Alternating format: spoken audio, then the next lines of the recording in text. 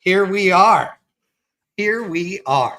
And right as we start, Otis comes in. He's all pissed off because we're starting a podcast. I don't know what it is, but this dog hates it when I'm doing a podcast. Like, seriously. Mine too. Why are you talking to the computer?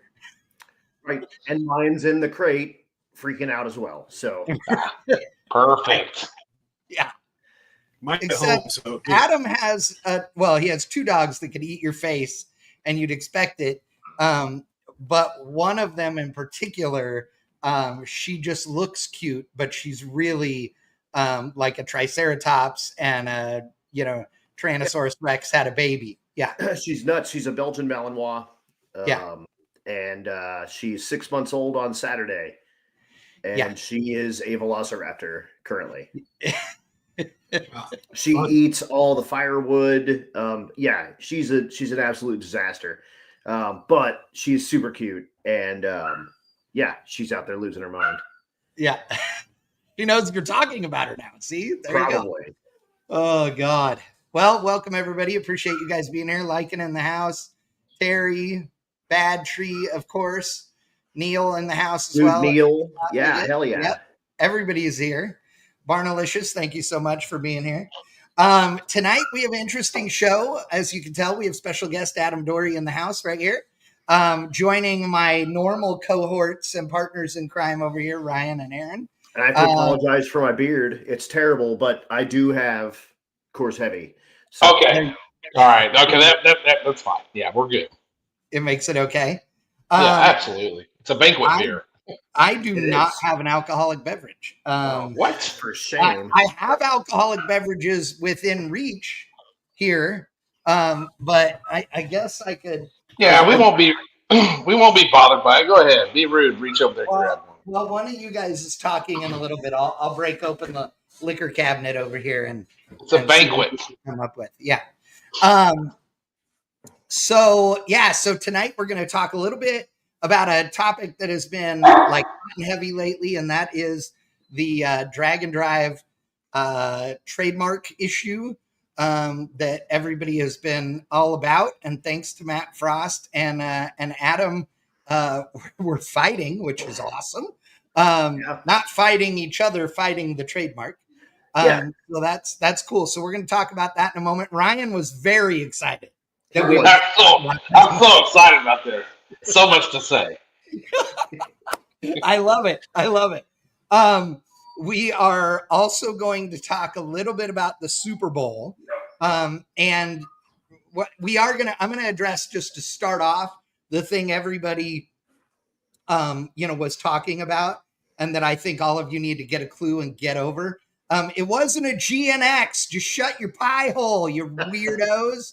My God, dude, I put up a post on Facebook that just said it's not a GNX. And dude, it was full retard, like unreal number of comments, all this junk. And it is unbelievable to me that people can read the actual story on Wired about this thing and somehow make up their own facts while reading it. It's beyond me. Absolutely beyond me. So it wasn't a GNX, people. Get over it. It was a stage. Who cares? Like, come on. I do need to give a shout out real quick to Lycan out there in the chats. Lycan's have been a long-term Rocky Mountain Race Week viewer. And I didn't know that he was blind. And that was one of the coolest things that I've ever heard. Like, one of the coolest things that I've ever heard from a guy before is I love the way that he announces, because he announces everybody. And I can't see, but I can feel it. I feel like I have a better grasp on what's happening on the drag strip at events that he does over anybody else's. So big shout out to Lycan. I appreciate you for, I would say watching, but listening and dude, kicking ass. I appreciate, I've got a fan, and that's cool. And he's one of your fans. So we're in. Oh, dude, Lycan is great. And if you're not aware, Lycan is blind. He is a car audio engineer, which is also really cool. Sound guy in general, which is super rad. And as Neil says, he tells us how the audio is. It's great. So totally love having Lycan here. Dude, Kathy Zapel's in the house. Her husband is Zapple like Apple or Zapple like Staple, but it depends on whether he's racing or not. Neil Sabo has an alternate persona to my phone. So it's Neil Sabo. When I say to my phone, hey, Siri, call Neil Sabo, it says calling Neil Sabo, right? And so it's the same way with the Zapples. I refer to her lovely husband as Zapple when he's behind the wheel of the race car. It's his racing persona, right? So very good, awesome people. Hang out with them all the time in Pennsylvania, so it's great. Lycan says, whether you want me to or not, I'm telling you about the audio. I love that too. So really appreciate all you guys this week or this week's show. Also, before we really get rolling along, make sure you tune in for next week's show. Next week's going to be a power shift episode. I'm really excited. I'm going to announce this before it's even all set in stone.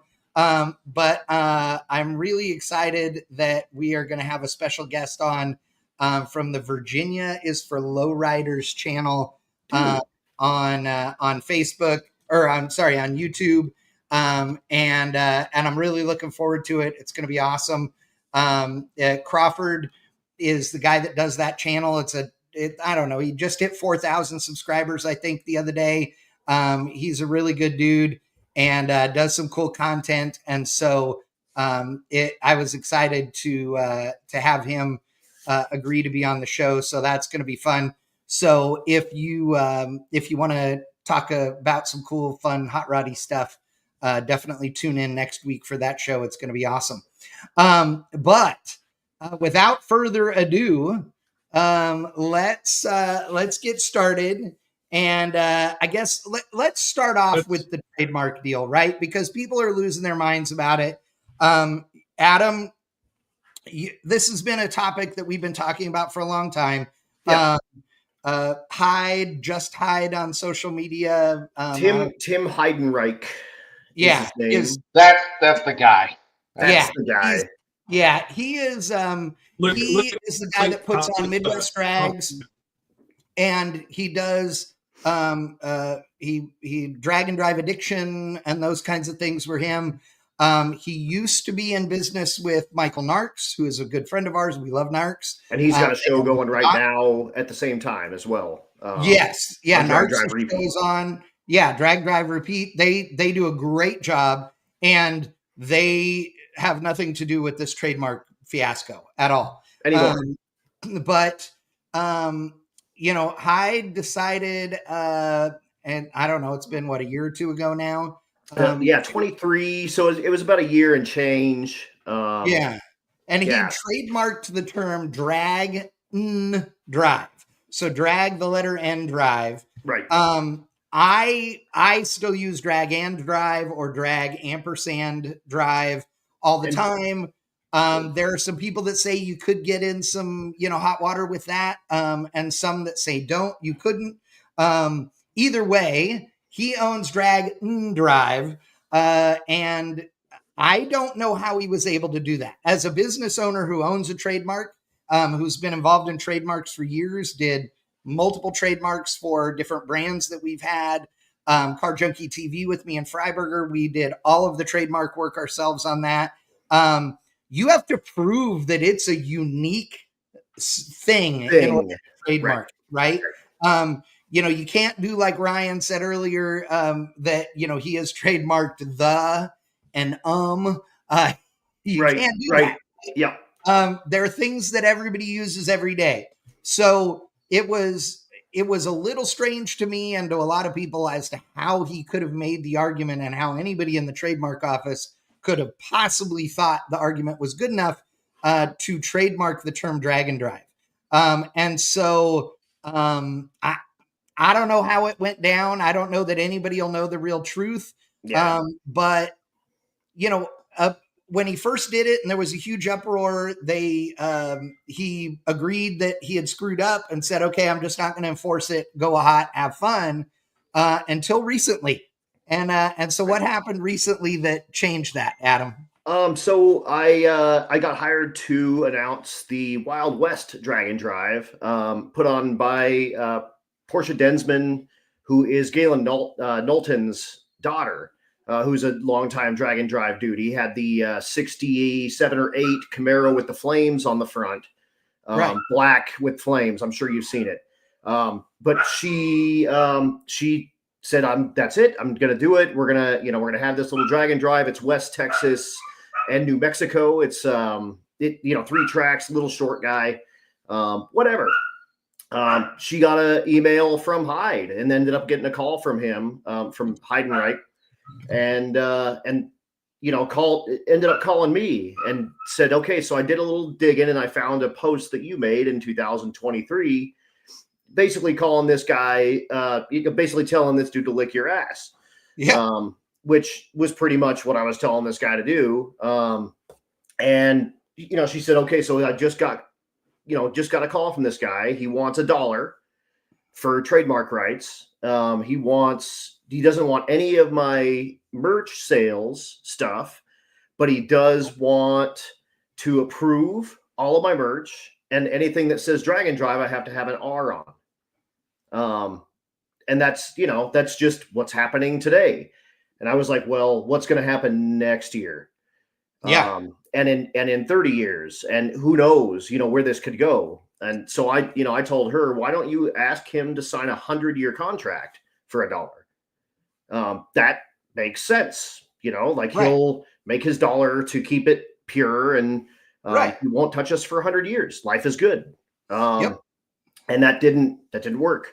So, so she had 30 days to change the name of this thing.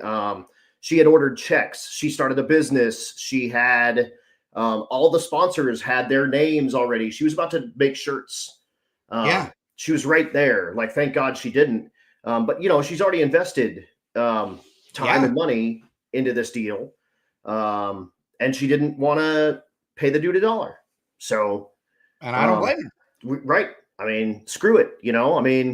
So she's in the process of changing the name of the race, but I told her on the phone, like, I can go pretty scorched earth on this. This pisses me off.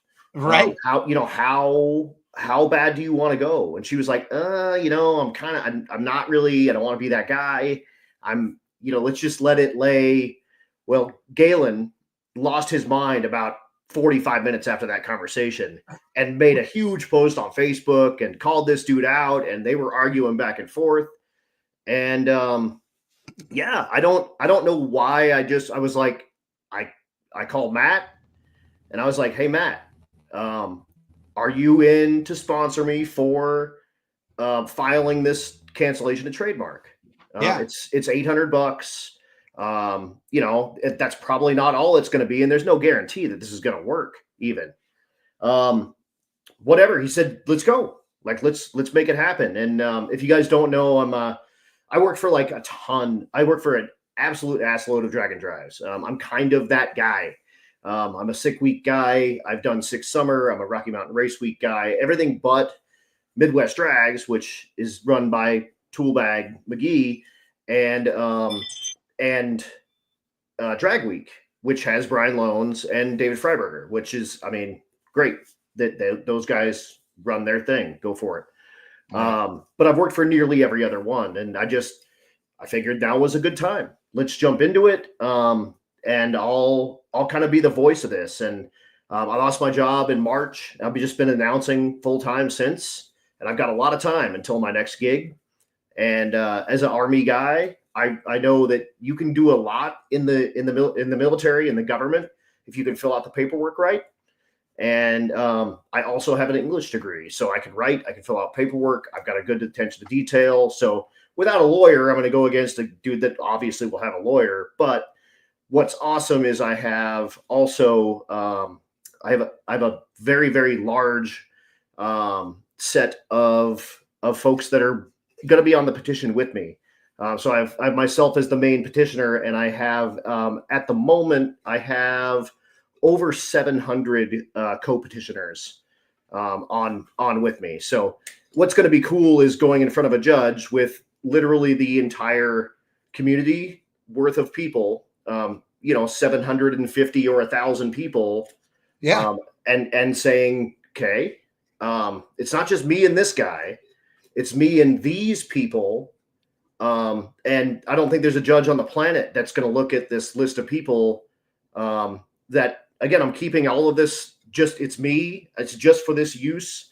But there are people that Chad. I mean, you got your start in Drag Week in 2005. Yeah. There are people that were on that Drag Week that are petitioning for this, that have been a part of all of these. And is there a number that is it, obviously it would be better if you had 5,000 signatures than 300, but is it okay if we end up with 750 or 1,000? Is that okay? Oh yeah. You really need one. One is it. I'm sorry Aaron, about that, Aaron. You were breaking up big time. Say that again. Is there a link where you can put up on here for virtual signatures so we can get it? I'm just collecting them currently. I just need name and address. Send them to my email, airborneannouncer@gmail.com. I will put that up on the screen. Totally.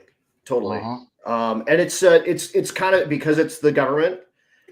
It is the way it is. It's slow. It's going to be a long process, and it's going to go in front of an actual federal trademark judge.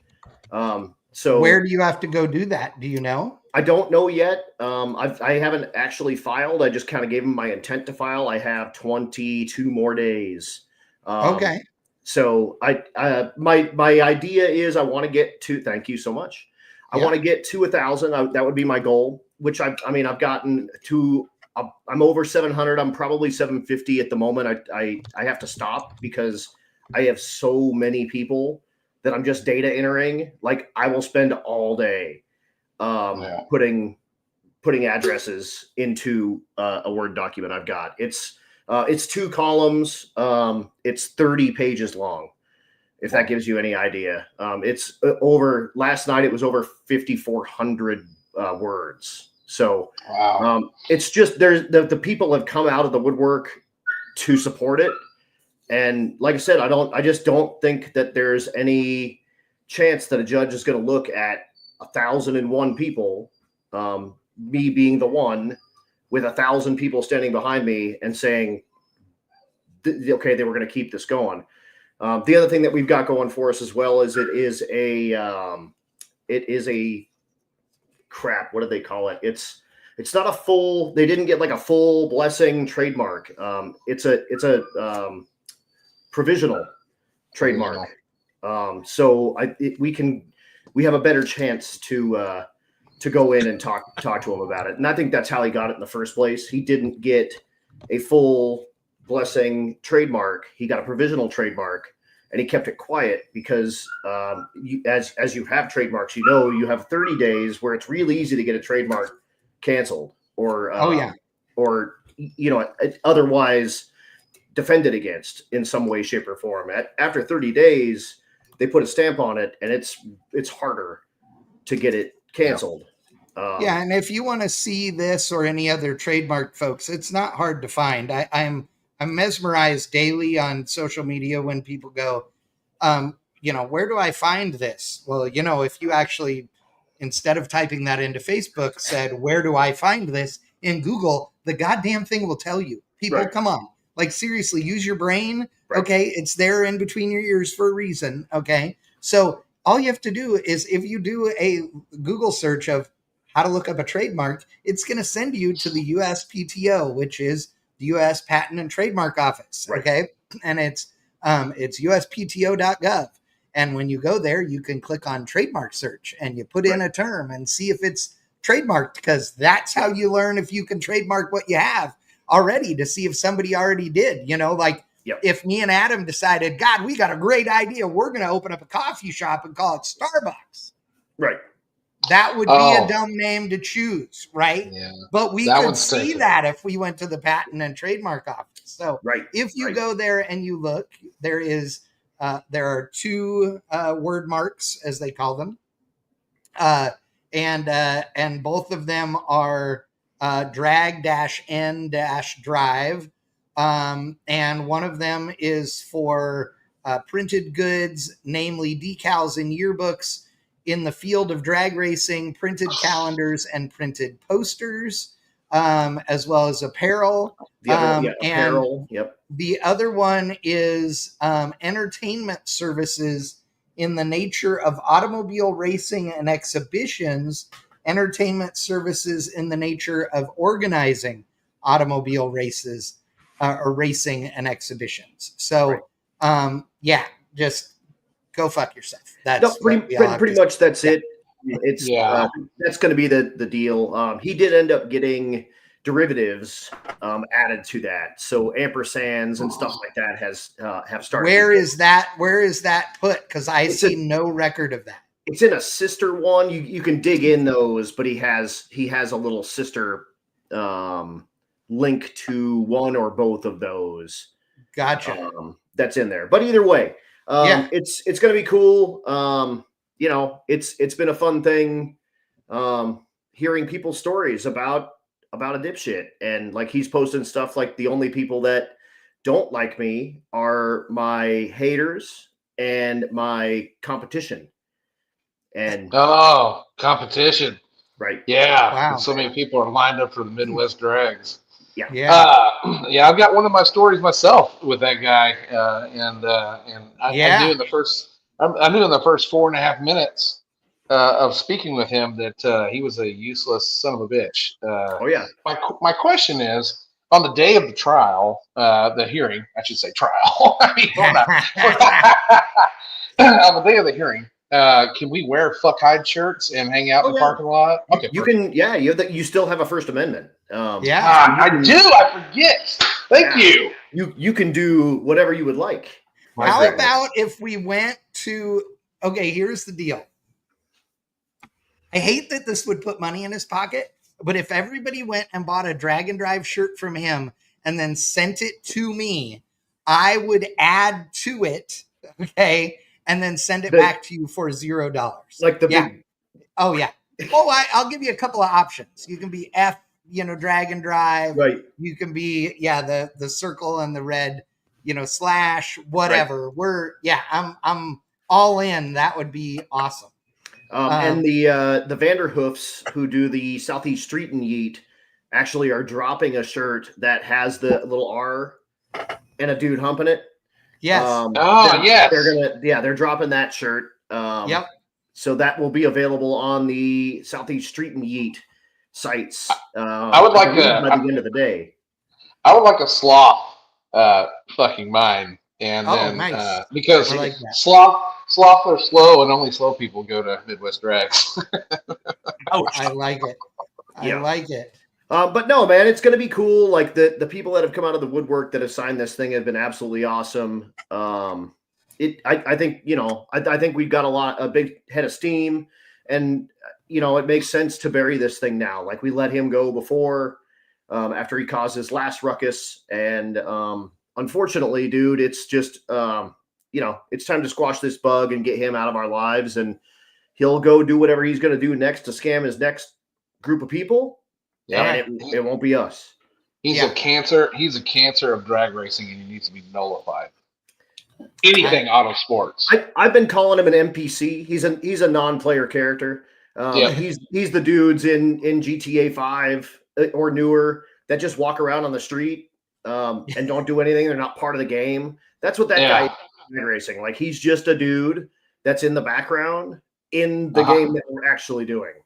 Yeah. He's the guy that shows up to the party. When he walks to the door, you're like, shit.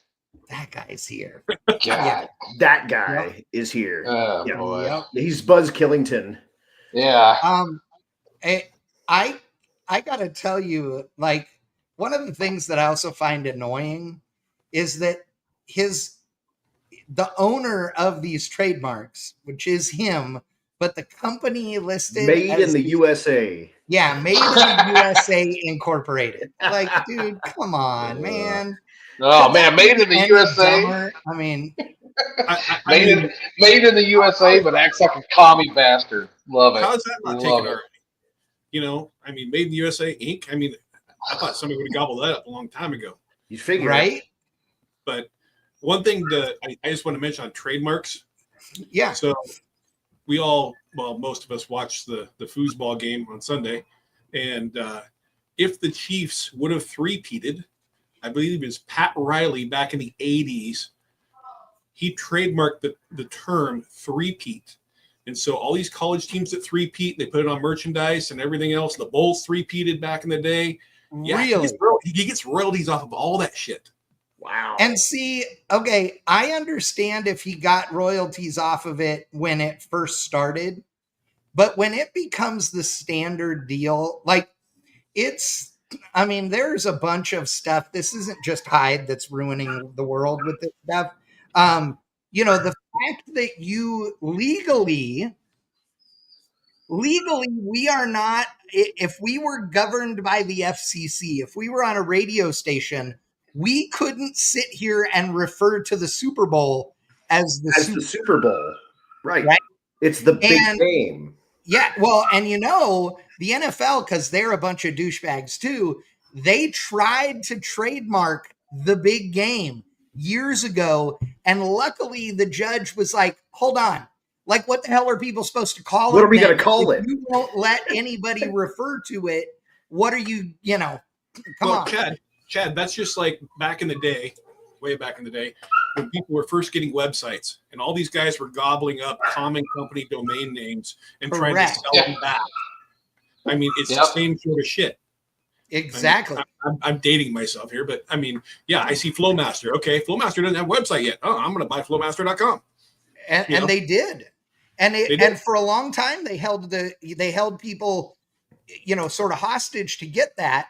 It became illegal to do so, right? You can prove that that it's somebody can buy it and get it ahead of you, but they can't extort you for it. They can charge a reasonable value, but that's it. Because if you have a business and everything else that revolves around it, it's okay. It's like I had to pay for chadreynolds.com because another guy scooped it up and the dude's name was not Chad Reynolds. And he got it, and I had to argue, and basically I finally said, look, dude, I don't have any money, but I'm an asshole, so I will make your life a living hell, and I'll sue you, and I'll make every public post and all the things. Like, I'm willing to give you $100 for this thing, but that's how this is going down. And he realized like that I was more of a dick than he was. And so I would have been, and it was funny, but yeah. Star Fox in the comments. It's hilarious. Right before Aaron said that about the domain squatting, he said that. Oh, that's sorry. so awesome. You missed it, dude. You missed the bust. You should have trademarked it. I didn't have comments pulled up. I had to switch where my internet was coming from. So yeah, you look great now. Yeah. So, thanks. It's funny because it's so frustrating and everything because it's just so illogical, right? And it's something that we're all passionate about and all those things. So we can bash and we can do all those things. I guess my big thing with it is I don't begrudge people doing business, right? I own my own business. We all do these things. Aaron owns his own business. Ryan, you've been in business a long time. We all know, right? I need to make a living and do all those things. Not off the backs of others like that, though. Correct. That's the thing. That's dirty business. And that's the thing. Like, Midwest Drags should be his thing. He should be pouring his money. 100%. Like 100% needs to be his thing. Yeah. When he posted up about that, and he said, his big spiel. I watched this stupid video with his dumb face on there, and at the minute he said anything about drag drive, I'm like, your brand is the Midwest Drags, dude. It is not. This is a descriptive term. Right. It's ridiculous. Descriptive term for what that thing is. Yeah, exactly. It's a so people understand. Event. That's what also is crazy with this is that he has told people that you can use the term as a descriptive term. You can call your event a drag and drive style event. Right. So he himself has said that it's a generic term. Right. If it's a drag and drive style event, then it's a fucking drag and drive. Right. Yeah. Excuse my French. Yeah. So whatever, man. It's all good. Like I said, I feel really good. I think we're gonna win this thing. Let's get some more signatures. Go to that go to his email right now and petition. Sign the petition. Get behind it right now. Adam needs as much firepower as he can get. I do need your name and your address, but I do promise to use it just for this. And I know that's a little bit, that's a little bit of an intrusion into your world. And I don't want people to know my address either. But I give you my solemn. This isn't a hide promise. Like, this is it. This is all I'm using this for. So send me your name and your address. You can include your whole family. If you want to include your company, it's a little more in depth. Send me an email. I'll tell you how to do that. And Mike, I'm interested in that as well. Then Adam, you let me know if it helps, and keep me posted on when and where the court date is going to be. As soon as I know, I will let you know. I believe. I mean, he's an Indiana dude, so I believe that we'll be in Indiana. Would be my guess. All right. But whatever, I'm in. Like, I can't wait. It's going to be awesome. And Mike Finnegan, if you guys don't have Freedom Plus, I had an amazing interview with Mike Finnegan on Freedom Plus about he said that driving his car, he likened it to having sex with his wife. Nice. And he's like, that's like, this is the best part of my life, is having sex with my wife, and this is the 1A is driving my 55 Chevy with my buddies. Nice. And then it got off the rails, and then I was talking about fucking his wife, and we couldn't do that. Like, I can't say that. And he was like, well, no, yeah, you can't say that. It was good. It was a classic, very classic Adam Dory Freedom Plus interview. Okay. I got nothing specifically against Freedom Plus. I'm just a person that believes I don't pay for porn on the internet. I'm not paying for drag racing either. So that's my deal. Drag racing should be free to watch on the internet. But I just got him in trouble as well. Yes. Because she was lying right next to him and heard me. That's awesome. Yeah. Yeah. Hey, Mikey, it wasn't my fault, Mikey. I didn't know he was saying it. Yeah. Oh, God. Hey, shout out to Clint Cox. Appreciate it, buddy. Appreciate that. He's got my beard on point. I appreciate that. I've been working on it all day, bud. Nice. Clint Cox is gangster. That's the dude that runs Texas all day versus in your the life. world. You were there. You announced that, right? I announced that last year, and I can't do it this year because I'll be at Mo Party. But that dude's a gangster, and we just started talking about getting him on a drag and drive. There were 15 air-cooled bugs that started Sick Week, and 13 of them finished. Dang. Yep. Yeah, dude. Well, I mean, okay, but let's be honest here. Okay, so the average thing that knocks somebody out of a drag and drive event, right? There are 4 things, okay? So it's either fuel system, cooling system, drivetrain, or engine, right? It's one of those 4 things. Right. Dude, you just increased your likelihood of finishing by 25% because you don't have a cooling system. Of course, 13 out of 15 true, made it. But Volkswagens are historically piles of shit. And these guys drove them 900 miles. I never would say that while announcing the VW race in Vegas. Let me tell you, my VW people, I love you. No, Adam, you guys are great. I've owned 7 different bugs. I've owned 7 different bugs. And if you properly build it like any other car, I mean, they're light and you can make them pretty damn fast with a 2180 with twin Gallardos. The biggest thing I like about them is they're almost all 3-pedal.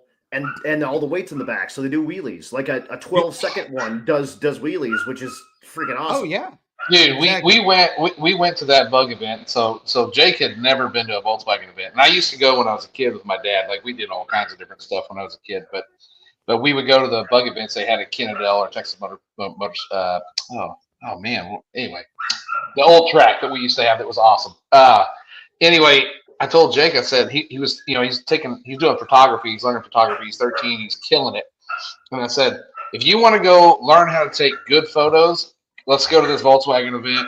Stand on the fence, because every one of them do wheelies and they do them quickly. So you got to be quick on the trigger. And he got some amazing photos from that deal. Oh yeah.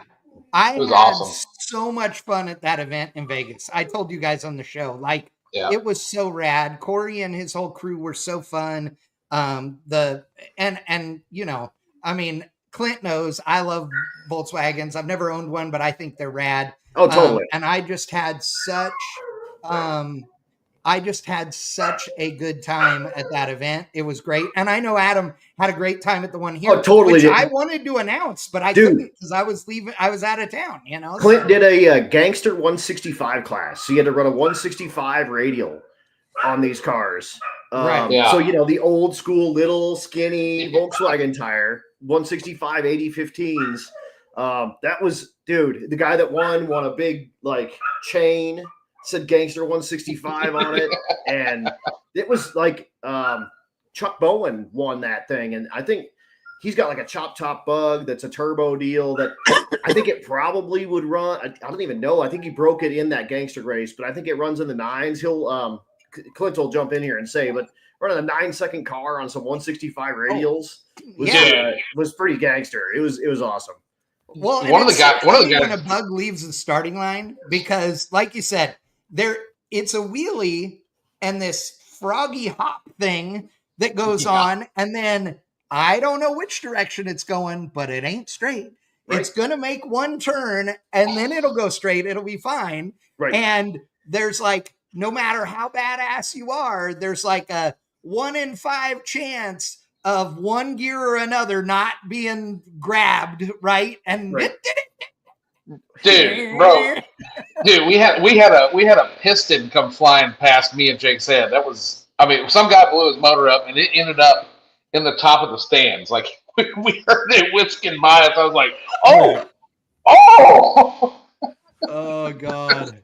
Hey, John Mears, I agree. That's a great one there. They're like an egg. They roll like an egg too. So. Oh yeah, good point. Yeah, Chris says the bug guys race on 1,500 feet of a 1,320. He's not wrong. So he's not wrong. You paid for the whole lane. You may as well use that whole thing. Exactly. You know what the funniest thing in Vegas about the bug race was?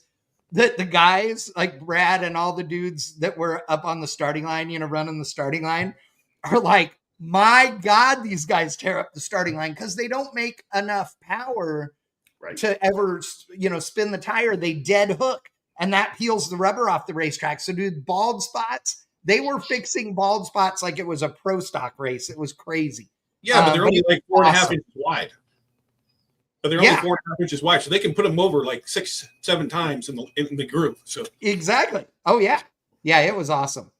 Yeah, it was so good. Very, very good. Yeah. So, all right. So again, read the ticker at the bottom, ladies and gentlemen. If you want to sign the petition, send me an email. Yeah, I'll get you added in there. I will send you an email back telling you I got it. If you don't get that email back, send me another one. I've had a couple in my spam. Whatever, it is what it is, but I do appreciate everybody. Like I said, I know it's a little bit of a an invasion of your privacy, giving some random dude on the internet your address. But here, I'm a guy, I'm a dude, I'm not a bot, I'm not going to steal your shit. People know me, you can ask around. I am not going to steal your stuff, I promise you. I want to use it for good and not evil. I've been kind of running through my head that there is a good and evil in this fight, and like I feel like I'm the good in this, and you are. It's going to be cool. Like I'm looking forward to smack him around. I mean, really, that's it. Just sitting in a courtroom with some judge, and he'll have some fancy ass lawyer, and I'm going to have 1,000 dudes that do this. On my side, and they won't be sitting there with me, but they'll be there with me, and And I think it's going to be cool to walk out of that place with that trademark in my hands and rip it up and tell that guy that he should have good luck putting 30 or 40 people in his event next year. Yeah, pound sand, the Midwest Grays. And I want to make sure that Matt gets a good thanks as well, because like you said, he's the one that said, "Hey, if you're going to do this, you want to do this, I'll support you." And Matt would get mad at me for saying this. But if you people had any idea the number of times that Matt does things like that without any credit because he doesn't want anybody to know, you would be blown away. And that's a great thing. I do want to say a big thank you to everybody. One of our wicked chicks, part of the Rocky Mountain Race Week family, Ricky, her and her family lost their house to a fire what, a week ago now? About that, it was about the same time that this stuff started kind of going down. I made a post about it that in 24 hours I got 350 names and addresses, and in that same 24 hours we had raised over $4,000 for Ricky that were fee-free dollars. She lost everything except her family. Literally, her car was in a storage unit. She's got a Fox Mustang that she brings on race weeks and stuff. It was not at the house. So she's like, one way or another, I'm coming to race week. Thank you guys. But the sweetest lady. She is so nice and she is so gung ho. And just an unfortunate deal. And as a guy who knows people in Southern California who went through the same kinds of things with the firestorm, it's devastating. That's just horrible. And for all of our Rocky Mountain Race Week family and others to step up and help is awesome. So we raised, way more than $4,000 now. It was $4,000 in like 30 hours. So it's probably, I don't know what the number is. Matt will announce it, but we're doing the drawings like in the next couple of days. I think Matt said he's shutting down the tickets because your donation is putting you in a drawing to win entries into Rocky Mountain Race Week and Race Week. Yeah, and they're the only ones that are transferable.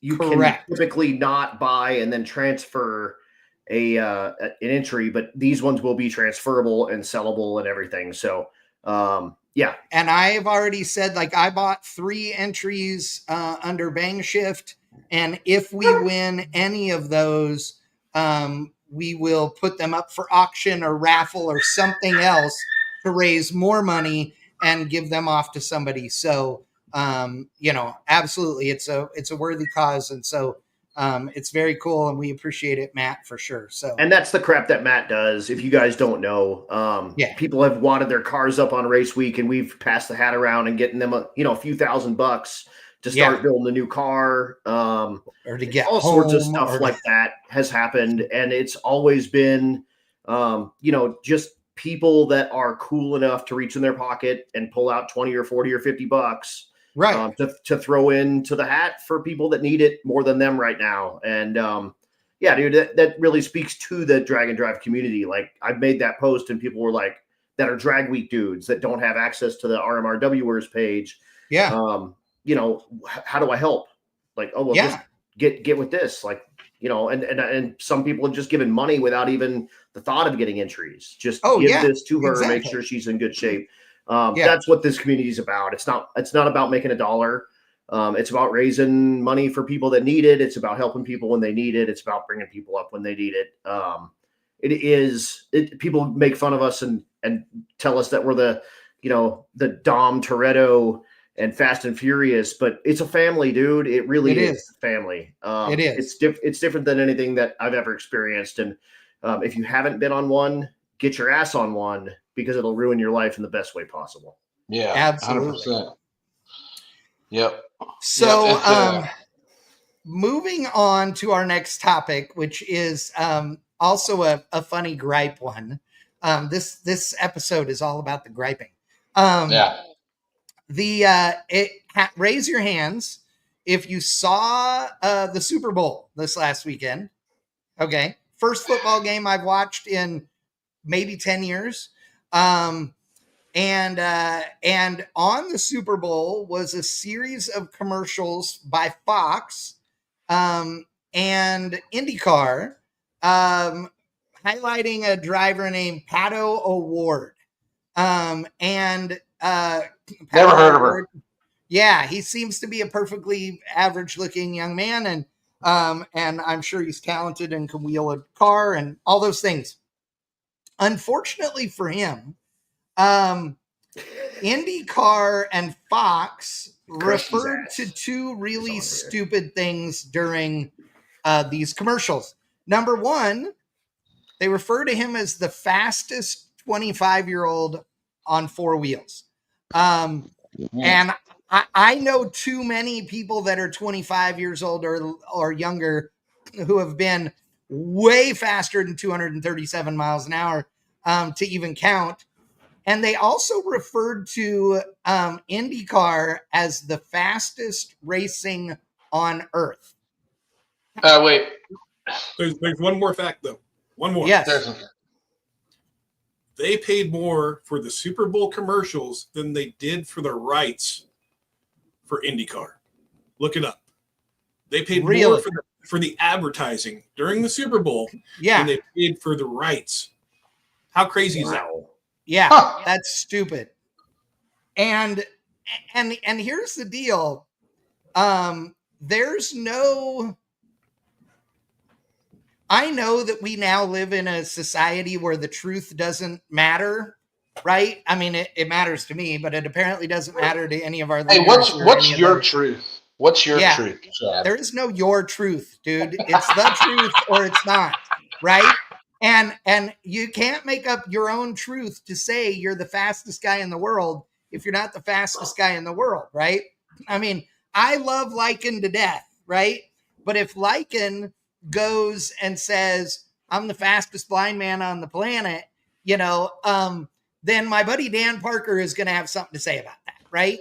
And it just doesn't make sense. By the way, talking about donating a pen if you want to do a raffle for Ricky. Very, very nice. Actually, Dan called me earlier and I've been on the phone all damn day, so I didn't get to call him back yet, but I'm going to call him tomorrow. But so when did advertising, I understand creative license in advertising, right? You say things that just, whatever. But he's not the fastest 25-year-old on four wheels, and IndyCar is not in any way, shape, or form the fastest racing on Earth. It's just not. So I don't get it. I don't get it. Damn you, Vince Rui, I hate you. I mean, technically they're beat by Bonneville. They're beat by NHRA, IHRA, PDRA. I mean, there's a bunch of fast guys out there. Absolutely. Hell, the Winter Series down in Florida. There's pro mods that go faster than that. They're on four wheels. Absolutely. And a bunch of them are driven by guys of all ages. If you want to list the cars that are faster, right?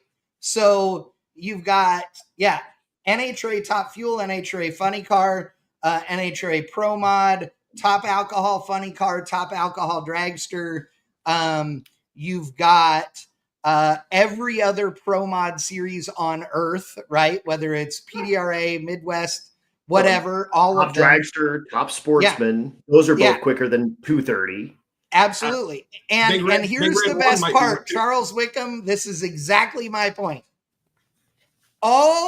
Not all, one of the biggest challenges to that statement is also on Fox, which if that doesn't tell you how stupid the people at Fox are, I don't know what does. I mean, come on, people. You've got NHRA on Fox. That's what it's called. Right? Yeah, but we don't have French drivers in NHRA typically, and they're so much cooler when they're being interviewed. I just watched Ballad of Ricky Bobby, so I'm an expert on the French drivers. You are. I'm sure you are. Hey, Chad. Yeah. Chad, did Big Red 1 go over that speed limit? Big Red 1's been over that. Yeah, Big Red 1, I believe, has been 250. So yeah. 69 compared up front. Yeah. F1 makes the same stupid claims, as Star Fox says. And don't get me wrong, F1 is faster than IndyCar. Who watches IndyCar? The only time I see, what IndyCar is like to me? IndyCar is like when I'm sitting down on Saturday, which is rarity, right? I got nothing to do, right? Yeah. And I'm surfing the TV there because I'm looking for a good nap. And I hit the golf game, and then I clicked right past it and saw IndyCar. And I'm like, I don't know. For IndyCar. So yeah, it goes to IndyCar. It's up. Out. Shit's given 0. And then you wake up and they're in the last lap, and it's. I know this isn't popular because I'm not the norm, okay, but IndyCar is only this much better than the Super Bowl to me. IndyCar is what you watch it on whatever that is, Memorial Day or whatever, because it's a holiday for a Super Bowl watch party or an IndyCar watch party, Indy 500 watch party, right? Those are the only other. I don't know. Otherwise, the only way IndyCar is like, I know people go watch it like overseas, like it's huge overseas, right? Oh yeah. But the only way you interest me in IndyCar is if you take drag racers and put them in Indy cars, and then take monster truck drivers and put them in sprint cars, and then put them all on the same track. Yeah. Could you imagine? That would be now I will tell you. So here's the funny thing. Don McGinnis, a Broncos fan, would assume I'm a fan of football. I don't watch football ever, dude. Broncos. Yeah, I'm a Broncos fan, and I watch remember anybody. I don't watch football. Football is I remember when the Broncos got slaughtered by the 49ers in the Super Bowl, and yeah, that was a tough one. I'm sure you're a little hurting today, Mr. McGinnis, and for the last few days, because getting the absolute dog shit kicked out of you in the Super Bowl makes me happy, because fuck the Chiefs. I don't care. I just don't care. I hate the Eagles, but I was so happy to see it. Just watching Patrick Mahomes go like this. They hit me in the face. Hurry up, guys. Hurry up.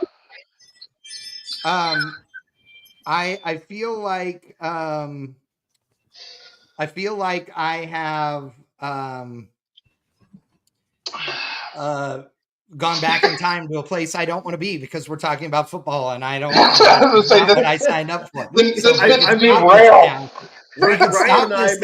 would really appreciate it. No, Brian and I made Chad not talk anymore. We left Chad's speech. That's never happened in the last 25 years ever. It's like you clicked to the next channel of IndyCar. Yeah, I know. He just went deer in the headlights. I did. God. Well, I'm so not intrigued by the football talk. I'm checking text messages down here too. Yeah. But anyway, here's the deal. Don't say dumb shit that's not real in your ads. If you're made in America, say you're made in America. If you're not made in America, don't say you're made in America. If you're not the fastest racing on earth, don't claim to be the fastest racing on earth. Yeah, you got to set the example. Like if you're the tailgate throwdown, you are making truck racing great again. See what I did there? Oh, I see what you did there. Yeah, I see what you did there. That may be the least creative thing you've ever said. I'm just saying. Are we ready to have the hatch discussion? Is a hatch a tailgate? Oh! No, a hatch is not a tailgate. Not at the tailgate throwdown. Now, but can a vehicle have a tailgate and a hatch? Yes. Yeah, there's the Suburbans that have the both. Suburbans and actually a bunch of the Caprices. Suburbans had a tailgate with a roll-up window, or they were a hatch.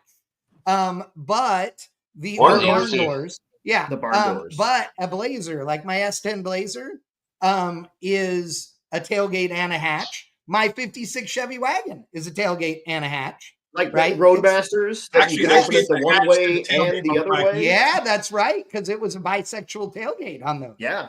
So I mean, that's a tailgate. Yeah. I feel like I'm going through all last week's comments on my page.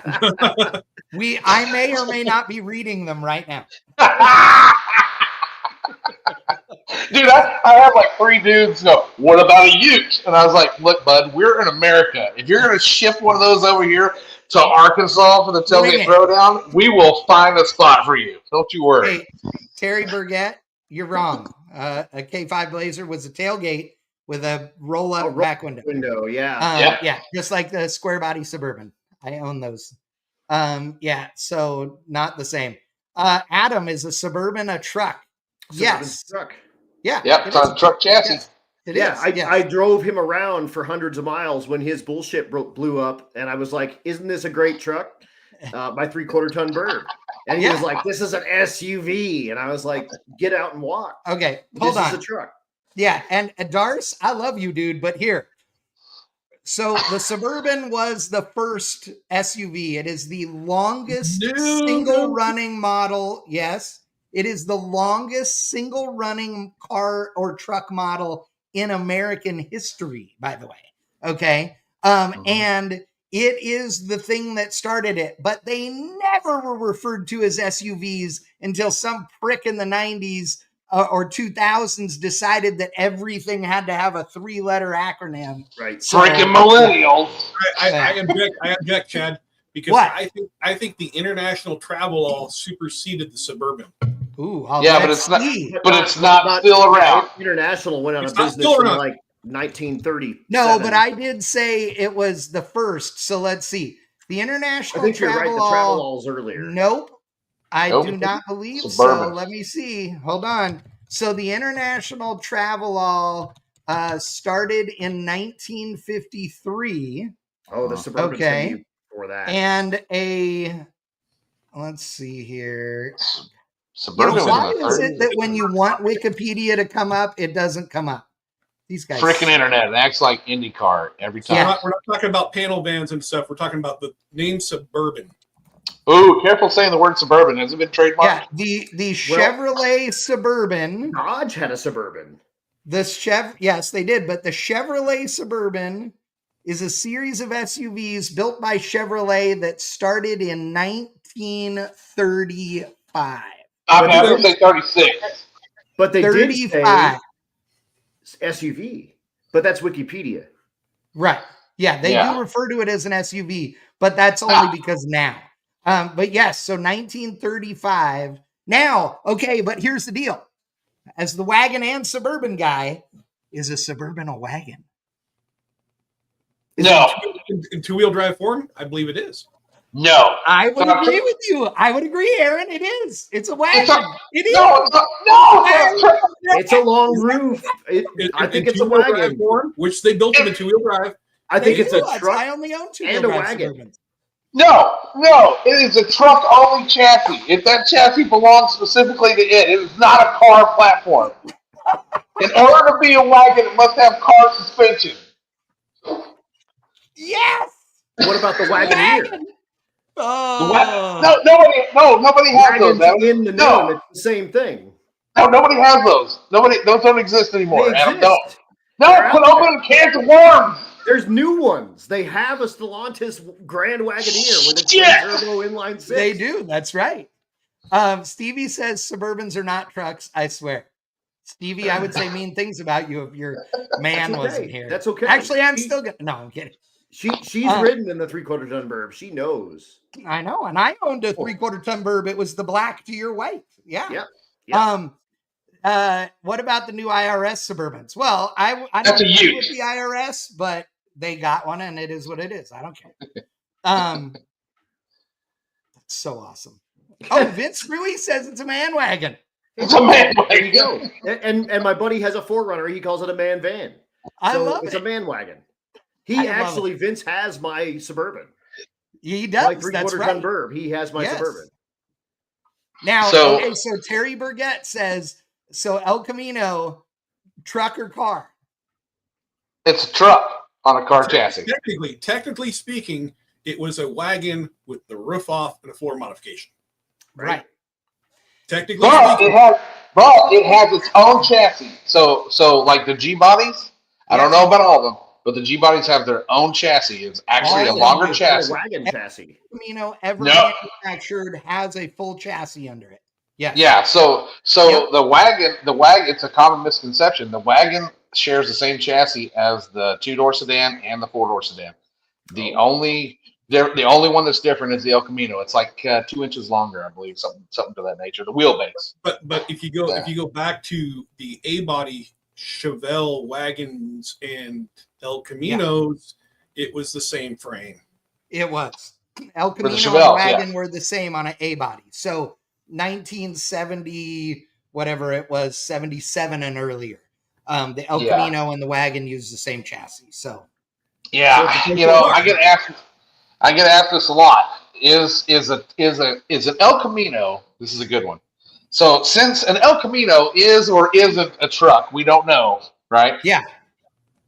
Is it more of a mini truck or is it more of a full size truck? Oh, I think they're intermediates. yeah. I was going to say I'd call it an intermediate. They're like the Dakota. But the car. Yeah, and see, I think it depends on what you're doing as to whether or not you should qualify a El Camino as a truck. So if you're doing a drag race and you're allowing S10s in, then calling an El Camino a truck is just as good as letting an S10 in because they're all lighter weight than a big truck. Right. Right. But in the autocross and pro touring world, I do not agree that an El Camino should be able to run in the truck category because the A-body chassis is significantly better than any C10 chassis you're going to get unless you buy some crazy fancy chassis. So if you were having a drag race and you had classes that catered to mini truck and full size, where do you let the El Caminos ride? Oh, damn you. I don't know. Yeah. The El Camino's a midsize, so I would let it run with the mini trucks, honestly. I would, because it's a mid-size vehicle. Now, if you had a Brookwood wagon, full size, just like an Impala, I would have it run with the trucks. Yeah. I think you always err on the side of larger because you don't want to give them an unfair advantage being an intermediate, so you make them ride with full size. Tiebreaker? No, you'd want to make them run with mini trucks so that they were at the disadvantage.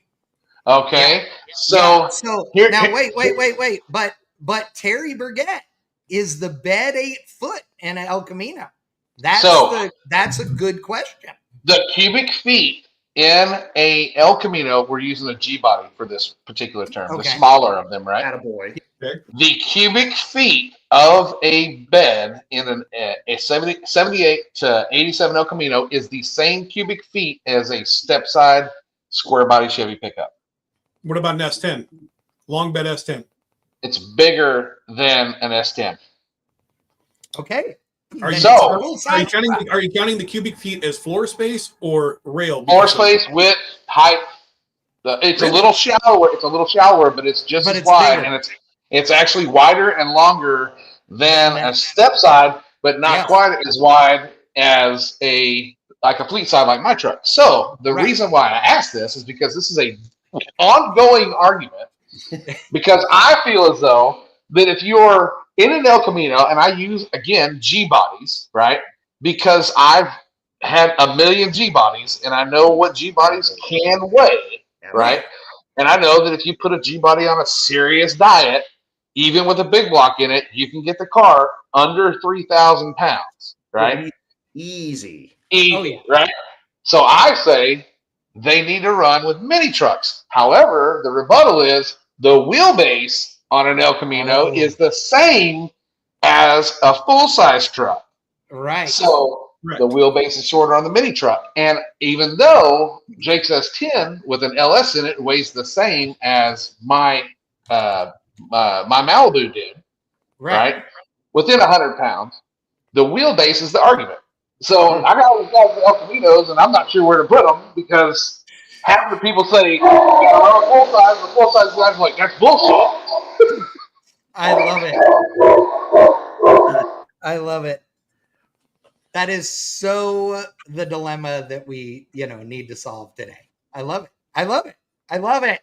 So you need to get one more sponsor. I think Bankshift is just flowing with money. So maybe look out to them and do an intermediate truck class. Ooh, Dobbs Dakota. That's the funniest thing I've heard today. Canyon. Oh, my God. Oh, God. It'll be the bangshift.com intermediate truck class open to Dakotas. Yes. God. I got a heart palpitation at that one. That's so good. Oh, my God. That is too good.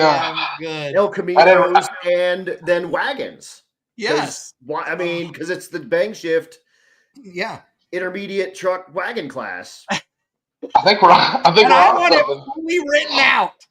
The bangshift.com intermediate truck and station wagon class.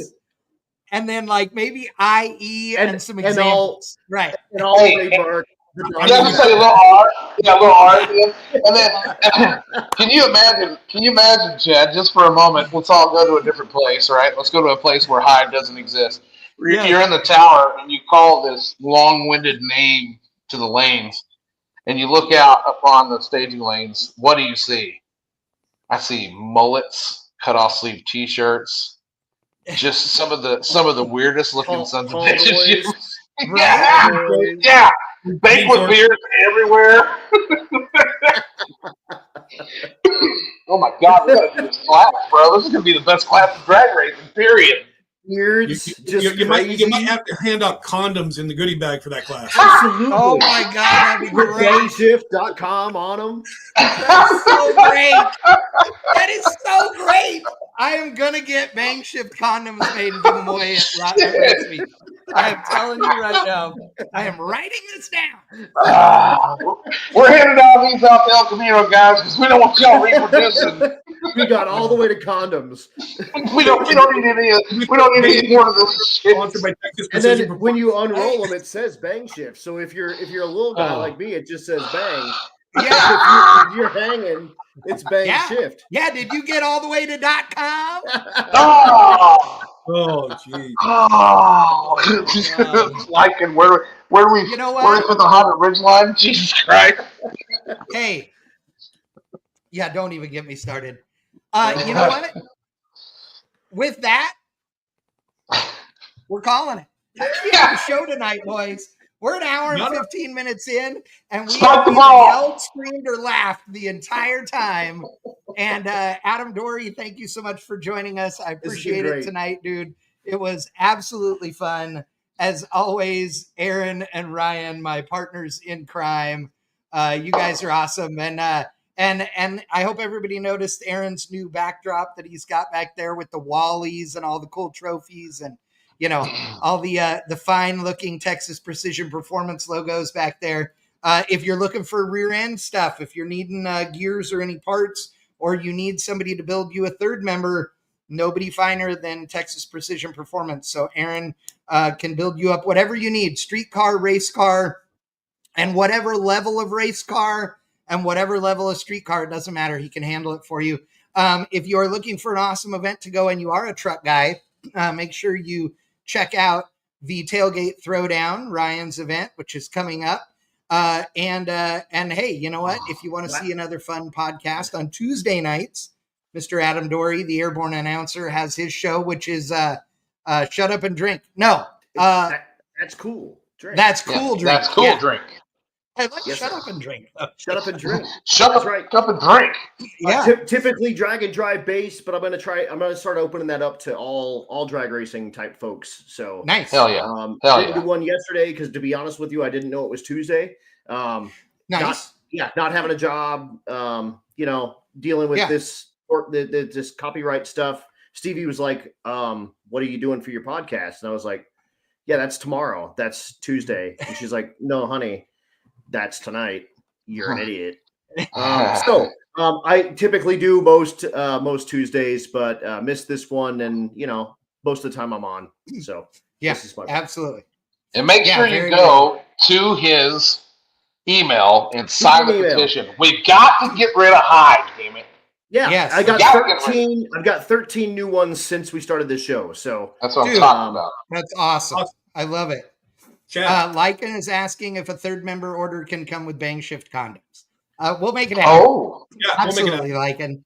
Yeah, I like this. Especially if it's going into El Camino. You know what I'm saying. Tentatively next podcast, which is in 2 weeks. Yeah, we will have Nitro Dave himself, Mr. David Baxter, on to give us the State of the Union of nitrous. Nitrous. It's going to be fun. I can't wait. Yeah, and next week, so that'll be in 2 weeks. Next week we have the Power Shift podcast, which is me and Crosby and Wickman, and it's going to be a good time as well. We are going to have a special guest on next week, so make sure you tune in for that one as well. But yeah, love you guys. Appreciate it. Thank you so much for being a part of the show. As usual, man, I got to tell you guys, it's been a day and a long sleepless night last night because we have major thunderstorms and Otis doesn't sleep in thunderstorms. And I just, I needed this laugh today. So that was awesome. Me too, buddy. So yeah, me too. Yeah. It was good. So appreciate it, guys. And Lycan is asking, where do we hear your show? You can see Adam's show on his YouTube channel. Correct. Yep. And it's just at Adam Dory. Yeah, check it out. It's super awesome. We have a good time. Yep. Yeah, you put it up on Facebook too. We'll have merch. I do. I put it on my Facebook as well. Awesome. I'll make an event for it. So find me somewhere on social media, or just go follow me on YouTube at Adam Dory, Dorey. You'll be good to go. If you have questions, just hit me up. I'll get you Totally. hooked up. All right, guys. Thanks again, guys. Appreciate you We'll guys. see y'all. We'll see you next Gentlemen. time. Later. Later. See ya.